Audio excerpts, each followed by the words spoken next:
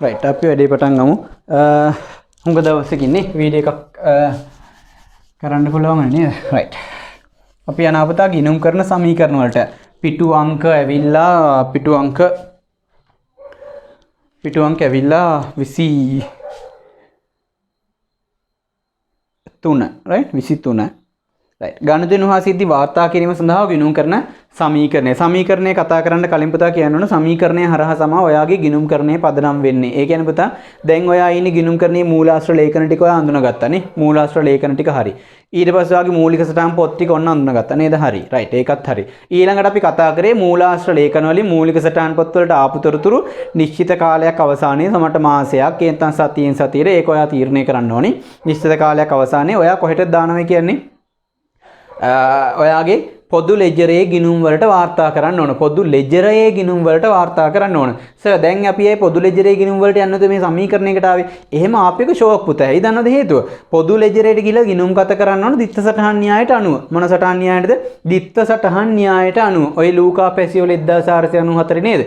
Right. අන්න එයා අඳුනගත්තේ ඒ පියතුමා අඳුනගත්තේ මේ දිත්ත සටහන් න්‍යාය. හරි නේද? එයා තමයි හොයාගත්තා කියලා පිළිගැනීම තියෙන්නේ. රයිට්. අන්නේ දිත්ත සටහන් න්‍යායට යන්න කලින් සමීකරණය ආපු එක ෂෝක් හේතුව තමයි සමීකරණය හරහා අපිට ලස්සනට ඉගෙන ගත්ත හැකි දිත්ත සටහන් න්‍යායයේ තියෙන පදනම සහ ඒක සටහන් කරගන්න විදිය. ඒක නිසා පුතා අතාරින්න එපා. මේක මාර වැදගත් සමීකරණය සහ එන ජොලි වැඩක්. රයිට්. මීට ඉහතදී මුදලින් මැනිය හැකි ගණිතනුවා සිද්ධි මූලාශ්‍ර ලේඛන හරහා හඳුනාගෙන මූලික සටහන් පොත්වල පිටු අංක 23 මූලික සටහන් පොත්වල සටහන් කළ අතර එම ගනුදෙනු හා සිද්ධි ඊළඟ පියවරේදී ලෙජරයට පිටපත් කළ යුතුය. එහිදී ගනුදෙනු ගිණුම් කරන සමීකරණය පදනමක් ලෙසගෙන දිත්ත සටහන් න්‍යාය මත ලෙජරයට පිටපත් කෙරේ. මෙහිදී ව්‍යාපාරයට අයත් මුළු අත්කම් වලට ව්‍යාපාරයේ හිමිකම වගකීම් සහ ආදායම් හා වියදම් සමාන වේ. රයිට්. ඔන්න ඔය කෑල්ල තමයි හයිලයිට් කරලා තියාගන්න පුතා. මුළු අත්කම් වලට ව්‍යාපාරයේ හිමිකම් වගකීම් සහ ආදායම් වියදම් සමාන වෙනවා කියන එක තමයි සමීකරණය හරහා ඉගෙන ගන්නෙ. ඔය පදනම හින්දා තමයි ගිණුම් හැම වෙලාවෙම ටැලි වෙලා යන්නේ. ඒ කියන්නේ හරට හැම වෙලාවෙම බැර එකතුව සමාන වෙනවා ගිණුම් වල ලේඛනයක් ගත්තොතින්. හරි නේද? රයිට්.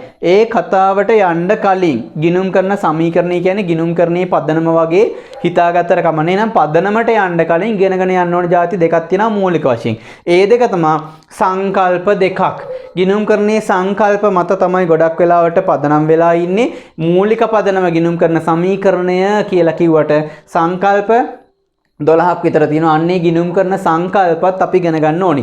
ඒකෙන් දෙකක් ටුක් ගාලා මෙතනට එනවා විභාගෙදී පුතා ඔය සංකල්ප 12න් ප්‍රශ්න අහනවා. එහෙනම් ඒකෙන් දෙකක් දැන් ෂේප් වෙන්න යන්නේ. ඒතර තව පාඩම් කරගන්න තියෙන්නේ සංකල්ප 10. පළවෙනි එක හරි ලේසි එකක් පුතා ව්‍යාපාර ඒකක සංකල්පය.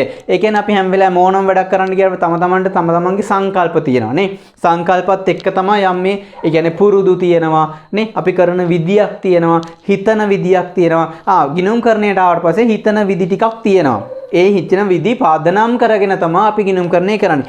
ඒකින් එකක් තමයි මේක කිව්වේ නැත්නම් ඔයා ලොකු ප්‍රශ්නයකට වැටෙනවා. ඒ දන්නවද? ගිණුම් කරන්නේ කරන්න ගියාට පස්සේ තේරෙන්නේ නැහැ දැන් මොකද කරන්නේ කියලා එක තැනකදී. අන්න ඒක විසඳන්න තමයි මෙයා මේ ඒකක සංකල්පය කියන එක හඳුන්වලා දෙන්නේ. මොකද පුතා ඕකේ කියන්නේ? හරි සරල කතාවක්. ව්‍යාපාරයේ ඉන්නවා මෙහෙම. අයිතිකාරයා ඉන්නවා මෙහෙම. පුතා ව්‍යාපාරයේ කාගේද? අයිතිකාරයාගේ. නේද? ඔයාට හිතන විදිහට මේ දෙන්නෙක්ද එක්කෙනෙක්ද? සර් දෙන්නෙක්ද එක්කෙනෙක්ද නෙමෙයි සර් එක්කෙනා ඉන්නේ. අයිතිකාරයාට පණ තියෙනවා එයා ඉන්නවා එයා පටන් ගත්ත බිස්නස් එකක්. ඒක තමයි මගේ ඔළුවේ තියෙන්නේ. ඒක තමයි ඇත්ත. මේ ව්‍යාපාරයට පණක් නැහැ. මේ ව්‍යාපාරයේ අයිතිකාරයට. ඒක ඇත්ත. ඒ වුණාට ගිණුම් කරන්නට ගියාට පස්සේ පොඩි සංකල්පයක් කන්සෙප්ට් එකක් හදා ගන්නවා මේ දෙන්නෙක් කියලා. ඒ කියන්නේ අයිතිකාරයා ව්‍යාපාරයේ පටන් ගත්තයින් පස්සේ මෙයාට ස්වාධීන වූ වෙනම පැවැත්මක් තියෙනවා. අයිතිකාරයා කොහොමත් වෙනම පණ තිබ්බනේ යාටනේ. එයා වෙනයි ව්‍යාපාරය වෙනයි. ඒක හරි කැත වැඩක් නෙස. නෑ පුතා දෙන්න එක්කෙනෙක් තමයි.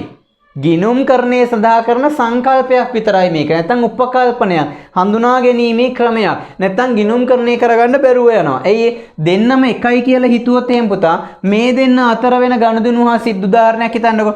ව්‍යාපාරය විසින් අයිතිකාරයට ටිකක් විකුණනවා බඩු. වාර්තා කරන්න බෑයි දෙන්න එක්කෙනයිනේ. නේද? අයිතිකාරයා ව්‍යාපාරයේ තියෙන බඩු ගෙදර අරගෙන වාර්තා කරගන්න බෑ ව්‍යාපාරයේ පැත්තෙන්. අපි ගිණුම් තියන්නේ මෙයාටනේ. ඇයි වාර්තා කරන්න බැරි? දෙන්න එක්කෙනෙක්නේ එළියට බඩු ගියේ නෑනේ ඇතුළෙමයි ගිහිලා තියෙන්නේ.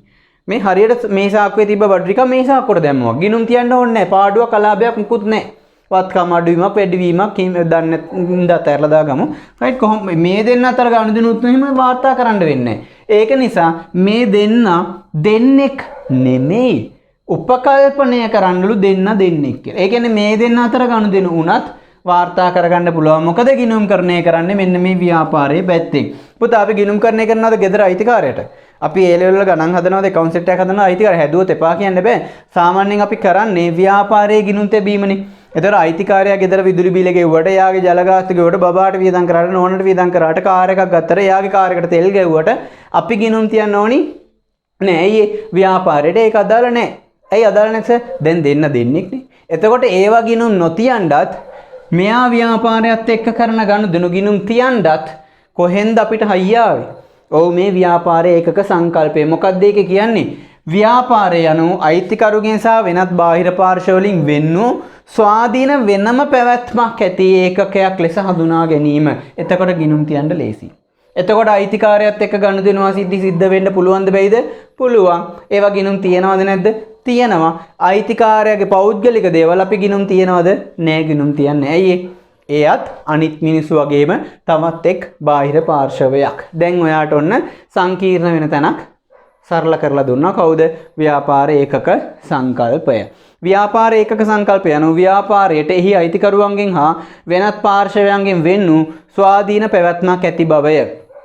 ඒ අනුව ව්‍යාපාරයකට අදාළව ගිණුම් කරන්නේදී අයිතිකරුවන්ගේ ගනුදෙනු හා සිද්ධි නොව ව්‍යාපාරයේ ගනුදෙනු හා සිද්ධි පමණක් වාර්තා කෙරේ. මෙයාගේ ගනුදෙනු හා සිද්ධි තමයි අපි වාර්තා කරන්න ඕන. මෙයාගේව අපිට අදාළ නැහැ. හැබැයි මෙයාත් එක්ක සම්බන්ධ ගනුදෙනුවක් හා සිද්ධියක් වුණොත් එහෙම මෙයාත් එක්ක ගෑවිලා වැඩක් වුණොත් එතකොට මෙයාගේ පැත්තෙන් අපි ගිණුම් තියනවා. ඊයේ මට සම්බන්ධයක් තියෙනවනේ දැන්. හරිනේ. රයිට්. උදාහරණ එහිදී ව්‍යාපාරය හා හිමිකරු අතර ගනුදෙනුද ස්වාධීන දෙපාර්ශ්වයක් ලෙස සලකා වාර්තා කෙලේ. රයිට්. උදාහරණ දෙනවා පුතාට තේරුම් ගන්න ලේසි වෙයි. එතකොට ව්‍යාපාර අයිතිකරුගේ නිවාස කුලිය අයිතිකරු විසින්ම ගෙවීම. ඒක ඒ පැත්තෙම එකක්. එයාගේ ගේ, එයා කුලියට ගත්ත ගේ, ඒකේ කුලිය එයාම ගෙව අපි දන්නවද? දන්නව උනත් වැඩ නැහැ. ඒක එයාගේ එකක්. මේක බොරුවක්, සංකල්පයක් විතරයි. සම්බන්ධයක් තියෙනවා ඇත්තටම ගියොත්. හැබැයි දැන් හිතනවා එහෙම හිතලා ගිණුම් ගත කරන්නලු. නැත්තම් මොකද වෙන්නේ පුතා? එයාගේ ගෙවල් කුලිය එයාගෙන් ගෙවුවට පස්සේ මෙහෙ වාර්තා කරන්න වෙනවා. අදාළ නැති දේවල්. ඒතර ව්‍යාපාරයේ සත්‍ය තත්ත්වය හොයාගන්න බෑ. ව්‍යාපාරයට අදාළ ගනුදෙනු හා සිද්ධි විතර නෙමෙයි මේක ඇස්සේ තියෙන්නේ. අයිතිකාරයාගේවත් තියෙන. ඒතර ලාභ අලාභ හොයාගන්න බෑ ව්‍යාපාරයට ආශ්‍රිතව.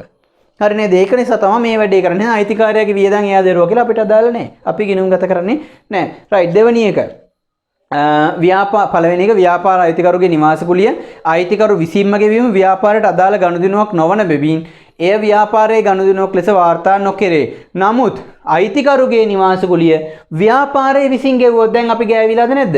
අයිතිකාරයාගේ නිවාස කුලිය දැන් ව්යාපාරයේ ගෙවලා මගේ සල්ලි යනවද නැද්ද? ඔව් මෙයාගේ ගිණුම් සෙට් එක දැන් account set එක ඒකින්ද ඒක ගිණුම් තියන්න ඕන. අයිතිකාරයත් එක්ක ආශ්‍රිත ගනුදෙනුවක් සිද්ධියක් තමයි. හැබැයි දැන් ගිණුම් තියන්න වෙනවා. ඇයි මං ගෑවිලානේ දැන්. මමනේ ගෙවන්නේ යාගේ කුලිය. නේද? ගිණුම් තියන්න ඕන. එය ගැනුම් අයිතිකරුගේ ගැනිලි ලෙස ව්‍යාපාරයේ පොත්වල වාර්තා වේ. ගැනිලි කියන්නේ පුතා ඕනනම් හයිලයිට් කරලා ලියාගත්තට කමක් නැහැ. ගැනිලි කියන්නේ මොනවද? අයිතිකරුගේ පෞද්ගලික භාවිතයට, පෞද්ගලික පරිහරණයට ව්‍යාපාරයේ මුදල් හෝ වත්කම් ඔහු රැගෙන යෑම. අයිතිකාරයා මේකේ තියෙනවා ගෙදර අරන් යනවට කියනවා ගැනිලි කියලා. ඒක වෙළඳ තොග විදියට යන්නත් පුළුවන්. නැත්නම් මුදල් විදියට යන්නත් පුළුවන්. හරි නේද? වෙළඳ තොග විදියට හරි මුදල් විදියට හරි යන දේවල් ගැනිලි කියලා අපි අදහස් කරනවා. හරි නේද? සියලු වත්කම් නෙමෙයි මුදල් හෝ වෙළඳ තොග විකිණීමට තබාගෙන ඉන්න තොග ඒවත් ගෙදර අරන් ගියොත් එමේ ඒවත් ගැනිලි කියලා වාර්තා කරනවා. ඊළඟ එක ව්‍යාපාර අයිතිකරු විසින් ව්‍යාපාරයට ප්‍රාග්ධනයේ යෙදවීම ව්‍යාපාරයට අදාළ ගනුදෙනුවක් වන බැවින් එය ව්‍යාපාරයේ ගනුදෙනුවක් ලෙස වාර්තා කෙරේ. ව්‍යාපාර අයිතිකරු විසින් ව්යාපාරයට ප්‍රාග්ධනයේ යෙදවීම. මෙයා සල්ලි දාලා මේකට අපි ගෑවෙනවද නැද්ද? ඔව් ගෑවෙනවනේ. එහෙනම් සටහන් කරන්න වෙනවා. එයා ගිහලා වෙන ව්‍යාපාරයකට සල්ලි දානවා. අපි සටහන් කරනවද? නෑ අපි සටහන් කරන්නේ ඇයි? අපිත් එක්ක සම්බන්ධයක් නෑ. එතකොට ඒ ව්‍යාපාරයේ සටහන් කරයි. එයා අපිත් එක්ක සම්බන්ධයක් නෑනේ. එතකොට අපි වාර්තා කරන්නේ නෑ. හරි නේද? රයිට්. ඊළඟ ව්‍යාපාර අයිතිකරු විසින් ව්‍යාපාරයේ මුදල් ගැන ලෙස ගෙන යාම ව්‍යාපාරයට අදාළ ගනුදෙනුවක් වන බැවින් ඒ ව්‍යාපාරයේ ගනුදෙනුවක් ලෙස සලකා ප්‍රාග්ධනයේ ආපසු ගැනීමක් ලෙස වාර්තා කෙරේ. හරි නේද? ගැනිලි ප්‍රාග්ධනයේ අඩුවීමක් විදිහට තමයි අපි සටහන් කරන්නේ. ඒකට මූලික තත්ත්ව ප්‍රකාශනයේ ඔක පෙන්වන්නේ ප්‍රාග්ධනයෙන් මුළු ගැනිලි ටික අඩු කරලා. රයිට්. ඊළඟ සමාගමක් විසින් ගෙවන ලම ලාභාංශ වියදමක් ලෙස නොව හිමිකමේ අඩුවීමක් ලෙස සටහන් කිරීම. ඒක පුතා ඔයාලට සමහරට තේරෙන්නේ නැති මම මෙහිම කියන්නම්. ව්‍යාපාරේ ලාභය හොයන්නේ කොහොමද? ආදායම තාම ඉගෙනගෙන නැහැ. මම නිකන් කියන්නම්. ආදායම අපි හිතමුකෝ 1000යි කියලා. වියදම ඔය ආදායමෙන් අඩු කරාට පස්සේ අපි හිතමුකෝ 700යි කියලා. වියදම අඩු කරාට පස්සේ එන්නේ මොකද්ද? ලාභය. කාටද අයිති පුතා? මෙන්න 300ක් ලාභය. අයිතිකාරයට දැන් වාර්තා කරලා තියෙනවා නේද? ලාභය දැන් එක පැත්තක තියෙනවා. ලාභයෙන් 200ක් මෙන්න මුදලින් ගෙව්වා. කාටද? අයිතිකාරයට දුන්නා. තව ගෙවන්න තියෙන කීයද? 100යි. මේම සල්ලි මේ පැත්තට එනවද නැද්ද?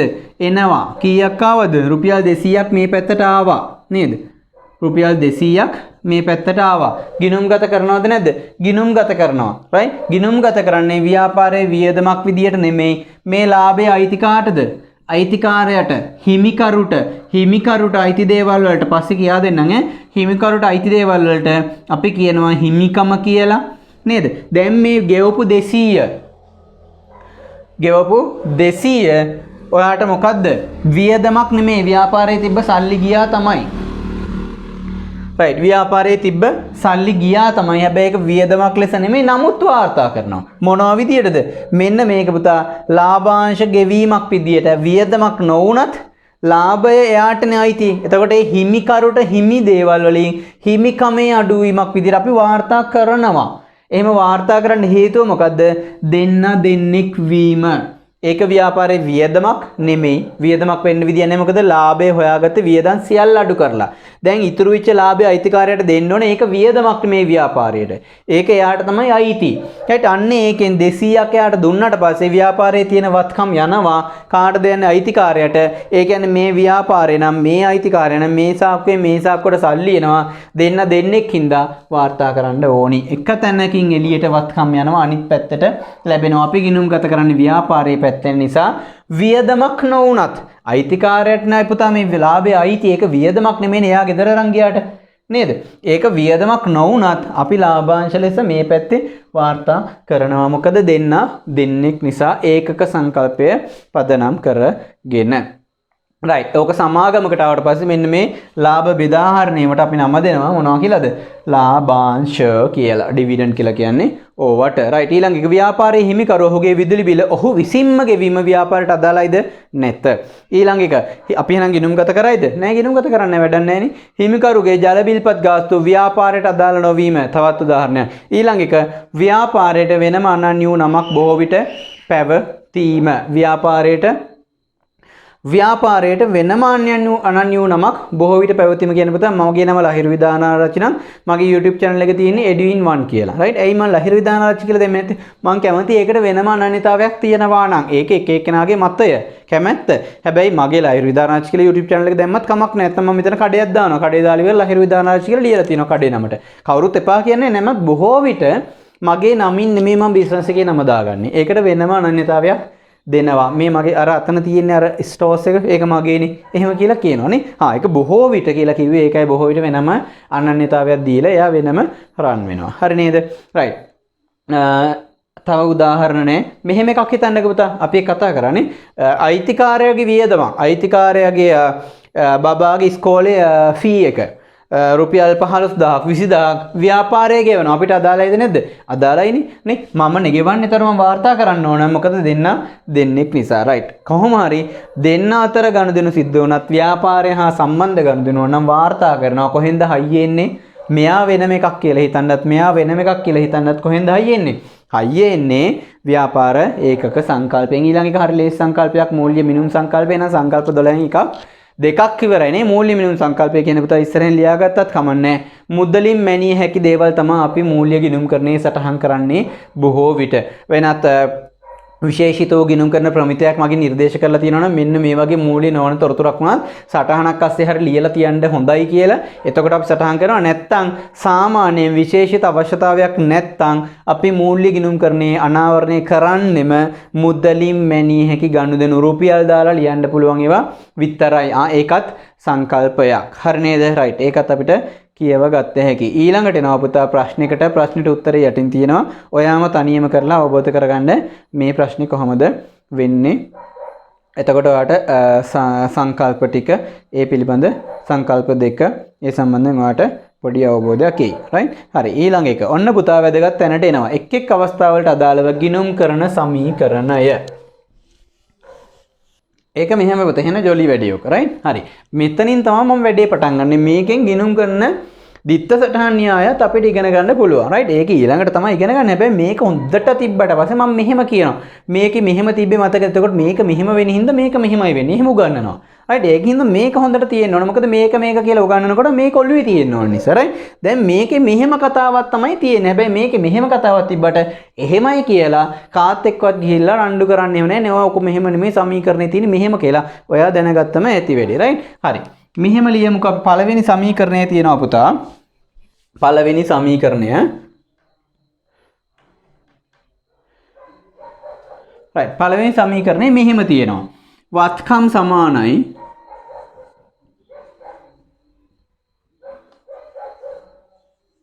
සර්ගේ අකුරු ලස්සනයි කියලා හිතන්න එපා.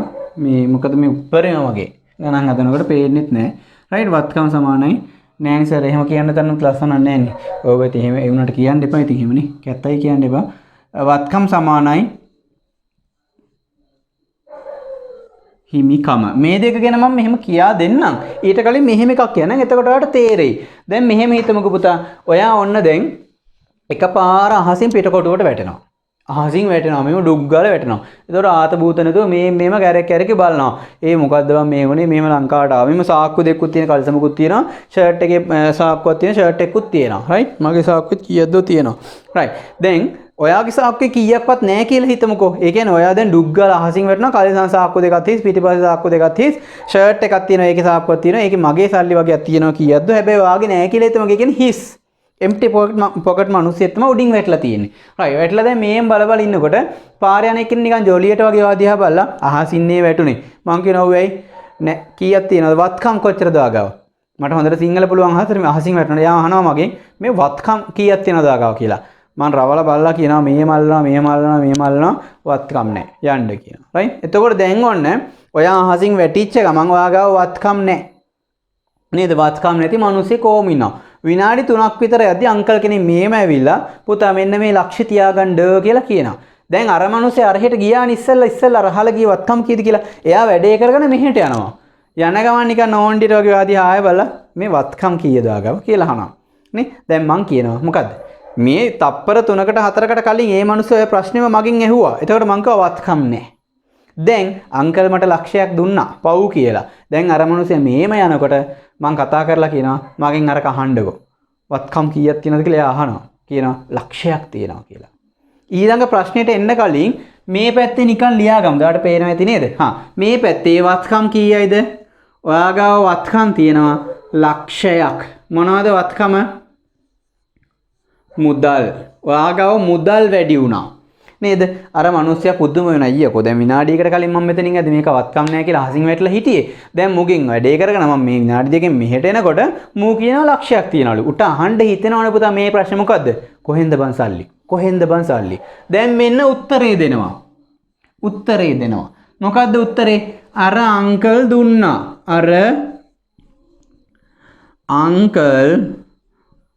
දුන්නා. කීයද බං අංකල් දුන්නේ? ලක්ෂයක් දුන්නා. හරි නේද?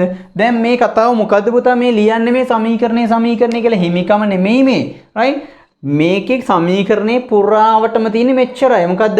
ඔයා ගාව තියෙන වත්කම් තියනවා නම් වත්කම් කීයක් හරි තියනවා නම් අන්න ඒ වත්කම් කීයක් හරි තියනවා නම් අන්න ඒ වත්කම් උපයගත්තේ කොහොමද? right? වත්කම් උපයගත්තේ කොහොමද කියලා සමීකරණයෙන් අනිත් පැත්තේ සමාන ලකුණෙන් අනිත් පැත්තේ විස්තරාත්මකව දෙනවා. ඊළඟ එක හරියද පුතා තේරුණාද වැඩේ? එහෙනම් සමීකරණේ මේ පැත්තේ තියෙන්නේ වත්කම් නම් ඒවා ආපු විදිය ඒවා උපයගත්ත විදිය සමීකරණේ මේ පැත්තේ තියෙනවා. පැහැදිලිද? දැන් අරය මේම ගියානේ. එයා ගියාට පස්සේ චුට්ටකින් වෙන එක්කෙනෙක් එනවා කණ්ඩ නැතුව. මං කියනවා මටත් මේක නිකන් හම්බෙච්ච එකනේ. මං කතා කරලා මල්ලිවත් අහසින්ද වැටුනේ. එයා කියනවා ඔය වෙන්න අප්පර පහක්කද මට හිතා ගන්න බැරි නිකන් ආත භූත නැතුව ඉන්නේ. මේ මොනවද කණ්ඩවත් දෙන්න අය සල්ලි ඕන කියන මොනවද සල්ලි වන් දන්නෙත් නැහැ. මේ තියෙන මල්ලි ලක්ෂයක් මට අංකල් කෙනෙක් දුන්නා. මේකෙන් 50000ක් ඔයා තියාගන්න. මං ඒක එයාට දුන්නා. කාටද? අර මල්ලිට දුන්නා. දැන් මොකද්ද කියන්නේ? right. එහෙනම් මෙන්න ඔයාගේ මුදල් ආයෙම අඩු වෙනවනේ. මුදල්ම 50000ක් වත්කම අඩු වුණා. නේද? 50000ක වත්කමක් ඔන්න දැන් අඩු වුණා. අඩු වුණාට පස්සේ තව වත්කම් ඉතිරි කීයද? 50000යි. නේ 50000ක් වත්කම් ඉතිරි. අර මිනිස්සයා ආයෙ මේ පැත්තට යනවා. යනකොට අහනවා මල්ලි ලක්ෂ තාම තියෙනවනේ අතේ. මං කියනවා නෑ අයියේ 50000යි තියෙන්නේ. දැන් ඊයට තව ප්‍රශ්නයක් එනවනේ. මොකද ඒ වලන්නේ? ඒ මොකද බං උනේ 50000කට? දැන් ඉතින් උත්තරේ දෙන්න මේ පැත්තේ. නේ කාටද දුන්නේ? මල්ලිට දුන්නා. මල්ලිට දුන්නා. කීයද? ඍණ 50000යි. එතකොට කීයක් එනවද? 50000යි. දෙපැත්තම ටැලි වෙනවා. මේ පැත්තේ වත්කම් තියෙනවා නම් ඒ වත්කම් උපයගත්ත විදිය මේ පැත්තෙන් දෙනවා. ඒත් එක්කම මේ පැත්තේ වත්කම් වලට වෙනසක් වුණා නම් අන්නේ වෙනස් උනේ කොහොමද කියලා මේ පැත්තෙන් දෙනවා. පැහැදිලි නේද? right. එහෙනම් සමීකරණයක් තුල පුතා අන්තර්ගත වෙන්නේ ඔන්න ඔය සංකල්පය. ඔළුවේ හොඳට තියාගන්න සමීකරණය හැම වෙලාවෙම මේ පැත්තේ වෙන දේවල් වලට මොකද උනේ කියලා උත්තර සැපීමක් මේ පැත්තෙන් වෙනවා. ඕකෙම අනිත් පැත්තත් වෙනවා. ඒ කියන්නේ මේ පැත්තේ දෙයක් වෙනස් වෙනවනම් ඒ වෙනස් උනේ ඇයි කියලා මේ පැත්තේ තියෙනවා. ඒකමනේ මේවට හේතු මේ පැත්තේ තියෙනවා. මේවා හේතු මේ පැත්තේ තියෙනවා. පැහැදිලිද? right. ඕක තමයි පුතා ගිණුම් කරන සමීකරණය කරහා වෙන්නේ. මේකම තමා දිගුවක් විදියට මූල්‍ය ප්‍රකාශන පිළියෙල කරනකොට මූල්‍ය තත්ත්ව ප්‍රකාශනයේ නිරූපණය වෙන්නේත් මූල්‍ය තත්ත්ව ප්‍රකාශනයේ නිරූපණය වෙන්නේත් මේ හරයම තමා. මේකම තමයි එහා පැත්තේ තියෙන්නේ. තාම ඒ සම්පූර්ණ අවබෝධයට ගියේ නෑ. තාම අපි මූලික අධ්‍යයනක තමයි ඉන්නේ. right. මේ තමයි පුතා අපේ පළවෙනි සමීකරණය. පැහැදිලි ඇතිනේ. right. සංකල්පය තේරුණානේ. right. මේ තියෙන්නේ පුතා ඔයාගේ පළවෙනි සමීකරණය. හිමිකම කියන්නේ ව්‍යාපාරයේ අයිතිකරුට හිමි දේවල්. හරි නේද? එන්නක පුතා ටියුට් එකට. මේකේ තියෙනවා එක් එක් අවස්ථාවලට අදාළව ගිණුම් කරන සමීකරණය. අයිතිකරු පමණක් ව්‍යාපාරයට වත්කම් යොදවා ඇති විට ගිණුම් කරන සමීකරණය. හරි නේද? අයිතිකාරයා විතරක් ව්‍යාපාරයට වත්කම් යොදවලා තියෙනවා නම් අන්න එතකොට ගිණුම් කරන සමීකරණය කියන්නේ මොකක්ද කියලා අවබෝධ කරගන්නයි තියෙන්නේ. මූලික සමීකරණයේ තියෙනවා වත්කම් සමානයි හිමිකමට කියලා. වත්කම්මම මෙහෙම කියන්නම්. වත්කම් කියන්නේ පුතා ඔයාට අනාගත කාලයේදී මොනවා හරි දෙයක් කරලා පාවිච්චි කරලා යම් ඉපයීමක් කරන්න පුළුවන් දේවල්. ඒ කියන්නේ ආර්ථික ප්‍රතිලාභ අනාගතයේදී උපයන්න හැකියාවක් තියෙන දේවල් වලට කියනවා වත්කම් කියලා. උදාහරණයක් මුදල් වත්කමද නැද්ද? ඕනේ පුතා සල්ලි වියදම් කරලා ඕන දෙයක් කරගත්ත හැකි. තොගය වෙළඳ තොගයට වටිනාකමක් තියෙනවා නේද? පාන් කඩේක පාන් ටික, පොත් කඩේක පොත් ටික නේ. ඒවා දීලා අපිට බිස්නස් එකක් කරගන්න පුළුවන්ද වෙයිද? පුළුවන්. අනාගතයේ ওই ටික විකුණත හැකි. නේද? වෙළඳ තොගේ විකුණලා අනාගතයේ ආර්ථික ප්‍රතිලාභ ගන්න හැකි. ඔන්න ඔය වගේ දේවල් ණය ගැතියෝ කියන්නේත් වත්කමක්. මම පස්සේ ඔවා කියා දෙන්නම්. හරි. වත්කම් තියෙනවා නේද? අන්න ඒ වත්කම් වලට කියන්නේ ඔයාට අනාගත ආර්ථික ප්‍රතිලාභ ගන්න පුළුවන් ඕන දෙයකට කියනවා වත්කම් කියලා. වත්කම් වර්ග දෙකක් තියෙනවා. අපි කතා කරමු. right. ඒකෙත් එක්කම හැම වෙලාවෙම වත්කම් මූලික වශයෙන් සමාන වෙනවලු හිමිකමට. හිමිකම කියන්නේ අයිතිකාරයා ව්‍යාපාරයට දාපු දේවල් හෝ ව්‍යාපාරයේ විසින් උපයපු දේවල් අවසාන වශයෙන් හිමිකරුවට අයිතිනේ. උදාහරණයක් විදිහට ප්‍රාග්ධනයේ අයිතිකාරය ඇවිල්ලා මේම ව්‍යාපාරයට ඩුක් ගාලා දැම්මා. බිස්නස් එක වහනකොට අයිතිකාරයා මොකක්ද ඉල්ලන්නේ? ප්‍රාග්ධනයේ ඉල්ලයි ආයේ. තව මොනවද බිස්නස් එක වහද්දි ඉල්ලන්නේ? මම අර ප්‍රාග්ධනයේ දාලා බිස්නස් කරානේ. ඒකේ ලාභය ඇතිනේ. ඒක මට දෙන්න. මේ දෙකම නේ මොනවද දෙකම පුතා? ප්‍රාග්ධනයේ එයා දාපු ටිකයි ප්‍රාග්ධනය කියන්නේ ව්‍යාපාරයක් පටන් ගද්දී මූලික අධීරයේදී ආයෝජනය කරන මුදල. ඒක පසු කාලීනව නැවත ආයෝජනය කරන්න පුළුවන්. ඒවට කියනවා අතිරේක ප්‍රාග්ධනය කියලා. කොහොම හරි ප්‍රාග්ධනයයි අතිරේක ප්‍රාග්ධනයයි පොදුවේ මේ ඔක්කොම මොනවද ප්‍රාග්ධනයනේ. ව්‍යාපාරයක් පටන් ගන්න යොදවන දේවල් අයිතිකාරයක්. ඒක මුදල් වෙන්න පුළුවන්, වත්කම් වෙන්න පුළුවන්. මේ ඔක්කොම ගිහිල්ලා මෙම ඩුග්ගාල ව්‍යාපාරයට දැම්මා. ඕවා ව්‍යාපාරේ එයා කියනවා අනිත් මෙහෙම මම අද සල්ලි දැම්මා. මම අද මගේ ගෙදර තිබ්බ මෝටර රථය ගෙනල්ලා ව්‍යාපාරයට දුන්නා. පාවිච්චි කරලා ලාභ උපයන් මං ගෙදර තියෙන ෆෑන් එක ගිහලා ඔෆිස් එකෙන් තිබ්බා. නේ ඔයාලා වැඩට ගන්න කියලා. රයිට් ඒත් එකම සල්ලිත් දැන් දීලා තියෙනවා. ව්‍යාපාරේ මේන් බෝලේ දවස් දෙකකට පස්සේ කරන මේක වහනවා කියලා. මම මොකද කරන්නේ? දැන් දෙන්නේ නේ ගිණුම් කරන්නේට. මං ගිහලා දාපු සල්ලි දුන්න මෝටර රථේ දුන්න ෆෑන් එකයි ඊළඟ එනවා. ඇයි ව්‍යාපාරේ වහනවා නම් තවදුරටත් ඕක තිබිලා වැඩක් නැහැ නේ. එහෙනම් ප්‍රාග්ධනයේ දාපේ කාටද අයිති? අයිතිකාරයට අයිති. මෝටර රථයේ දාපේ කාටද අයිති? අයිතිකාරයට අයිති. දුන්න ෆෑන් එක කාටද අයිති? අයිතිකාරයට අයිති. එහෙනම් හිමිකරුට අයිතිද නැද්ද? අයිති. එහෙනම් ඒකට තමයි පුතා මේ නම දෙන්නේ හිමිකම කියලා. හිමිකමේ අදහස මොකද්ද? ව්‍යාපාරයෙන් අයිතිකාරයා අයිතිවාසිකම් කියන ප්‍රමාණය මෙතෙක්. මෙතෙක් ව්‍යාපාරය අවුරුදු 5ක් 10ක් 15ක් දුවලා ඇතිනේ. ඒතර අයිතිකාරයා මොනවද අද්ද වැහුවොත් ඉල්ලන්නේ? එයා මූලිකව දා ප්‍රාග්ධනය ඉල්ලනවා. පසු කාලීනව එයා ආයෝජනය කරපු අතිරේක ප්‍රාග්ධනයක් ඉල්ලනවා. දියම්මට මගේ අතිරේක ප්‍රාග්ධනය මං සල්ලි දාලා තියෙන වහන්න මේ බිස්නස් කරන්න මං සල්ලි දුන්නේ කියලා ඉල්ලනවා. නේ ආය මෙච්චර කල් උපයපු ලාභ ටික මට දියන් කියලා ඉල්ලනවා. මේ ටික ඔක්කොම කාටද අයිති? අයිතිකාරයට අයිති නම් ඒකට දුන්නා නම කැතයිනේ පුතා අයිතිකාරයට අයිති ප්‍රමාණය කියනකොට මෙතනනේ. එතකොට අනිත් සබ්ජෙක්ට් එක නෝන් වෙලා යනවනේ. ඒකින්ද මේකට නමක් දුන්න ලස්සනට හිමිකම කියලා. එහෙනම් හැම වෙලාවෙම මූලික වශයෙන් ප්‍රාථමික වත්කම සකස් වෙන්නේ හිමිකමින්. උදාහරණයක් පෙන්නන්නද? ඕම් බලන්න. අයිතිකාරයා ව්‍යාපාරයට රුපියල් ලක්ෂ 5ක් වත්කම් දෙනවා. මොනවාද පුතා වැඩි වෙන්නේ? මුදල් වැඩි වෙනවා කීයකින්ද? ලක්ෂ 5යි කියලාද කිව්වේ? ලක්ෂ 5කින්. හරි නේද? කොහොමද මේ ලක්ෂ දැන් මේ වත්කම ආප්පි දින අනිත් පැත්තෙන් කියනවා කියන්නේ කොහොමද මේ සල්ලි ආවේ? අර මිනිස්සේ මේම යන ගමන් ආනවා කොහෙන්ද මම සල්ලි ආවේ? අයිතිකාරයා දුන්නා මොනවද? ධන ප්‍රාග්ධනය කීයයිද?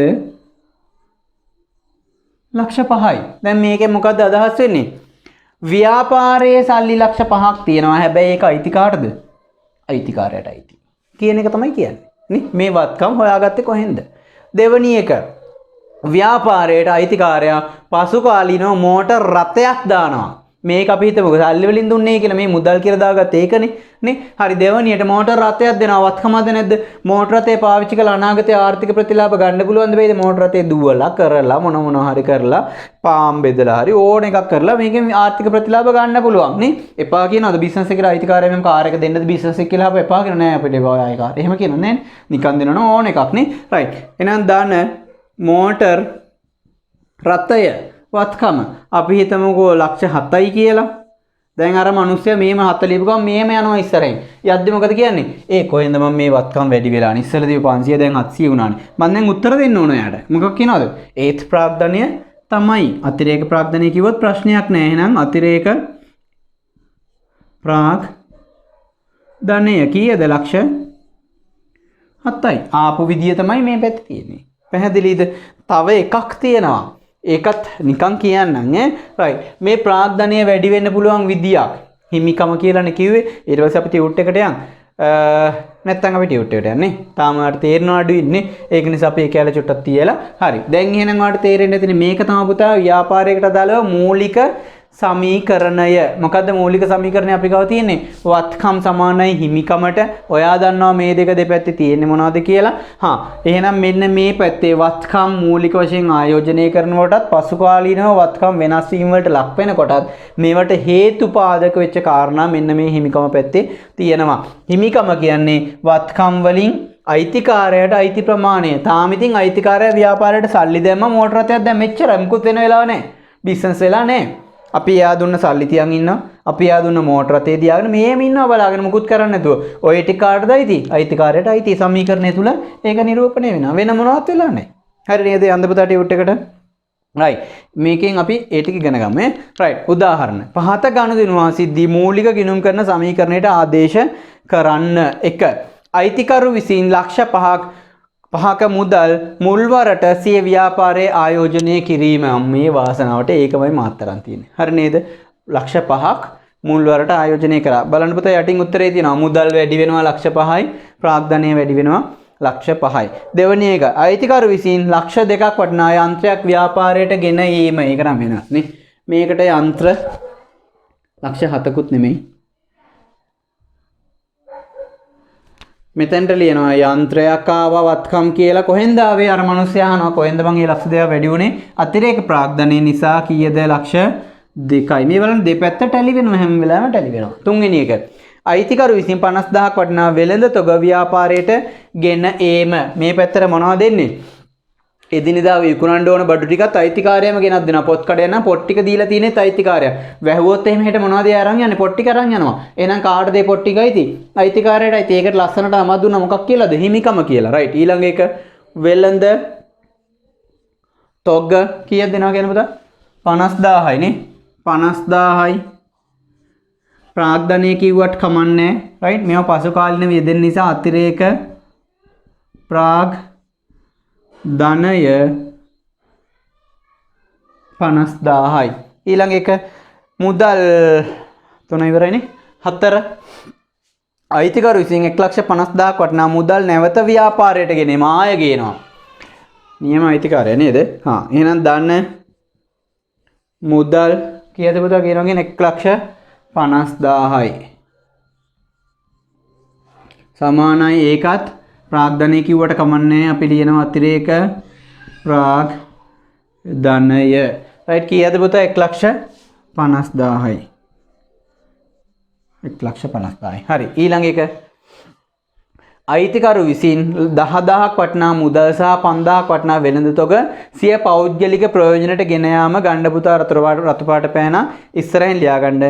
ව්‍යාපාරයේ තියෙන මුදල් හරි තොග හරි අයිතිකාරයා ගෙදර අරන් යනවා නම් ගෙදර කන්න බොන්න නැහැ කියලා ඒවට කියනවා ගැනිලි කියලා. ඒවා වියදමක් නෙමෙයි. ඔතනින්ම ලියාගන්න පුතා. මේවා ගැනිලි ලෙස හඳුනා ගැනීම. මුදලින් ගත්ත ඒවයි ව්‍යාපාරයේ තියෙනවා මේම. ඌ ඇවිල්ලා මේම අරගෙන මුදල් ටික යනවා. මේම තියෙනවා පොත් ටික. ඒ ටික අරගෙන ගෙදර අරන් යනවා. එයාගේ ගෙදර පරිභෝජනෙට. එතකොට ව්‍යාපාරයේ අයිතිකාරයා දෙන්නෙක්නේ. ගිනුම් තියනවද නැද්ද? ගිනුම් තියනවා. ව්‍යාපාරයේ විසින් ගිනුම් තියනවා. මේ ඔයා ගෙදර අරන් ගියේ. එහෙනම් පුතා ඒකට කියනවා මෙහෙම එකක්. අඩු වුණාද නැද්ද මුදල්? හරි. එතන ලියාගමු පුතා ඉස්සෙල්ලාම මෙවැනි ගනුදෙනු ගැනිලි ලෙස සටහන් වේ. ගැනිලි ලෙස සටහන් වේ. වියදමක් ලෙස හඳුනා නොගැනේ. මෙහෙම කියලා දවස් දෙකකින් ආය කෝල් එකක් දීලා සර් මේ ඇයි සර් ඒවා ගැනිලි මේ වියදමක් ලෙස හඳුනා ගන්නේ නැත්තේ කියලා ආය අහනවා. ඒවට කමන්නේ අවුලන්නේ. දැම්මම ඔලුවට දාගමු. ඒවා ව්‍යාපාරයේ වියදම් නෙමෙයි පුතා. වියදමක් ලෙස හඳුනා නොගැනේ. එය ප්‍රාග්ධනයේ අඩුවීමකි. එය ප්‍රාග්ධනයේ අඩුවීමකයි. ඇයි සර් එහෙම කියන්නේ? මේ පුතා උපකල්පන නැත්තම් හඳුනා ගැනීම මේ ආකාරයට කරන්නේ. දැන් කොච්චරද ගත්තයි කියන්නේ? 10,000ක මුදල් අඩු වෙනවා වත්කම් වලින්. මුදල් ඍණ 10,000යි නේ. ඍණ 10,000යි. ඒත් එක්කම තොගය මේ අර ගෙනාපු වෙළඳ තොගයත් අරන් ගිහිලා ටිකක්. වෙළඳ තොග කීයද පුතා කියලා තියෙන්නේ? 5,000යි. එහෙනම් මේ වත්කම් කොච්චරක් මුළු ගාන අඩු වෙලාද? 15,000ක් අඩු වෙලා. දැන් බිස්නස් මොනවත් වෙලා නැහැනේ. මේ ව්‍යාපාරයේ තිබ්බ දේවල් මේ එකව ගෙදර අරන් ගිහිල්ලා. එතකොට මං කියනවා බොස්ට මෙන්න උත්තරේ පුතා. මේක ලස්සනට ලුඩ දාගන්න. එතකොට ඔයාලට හිමිකම තේරෙනවා. මොකද දන්නවද කියන්නේ?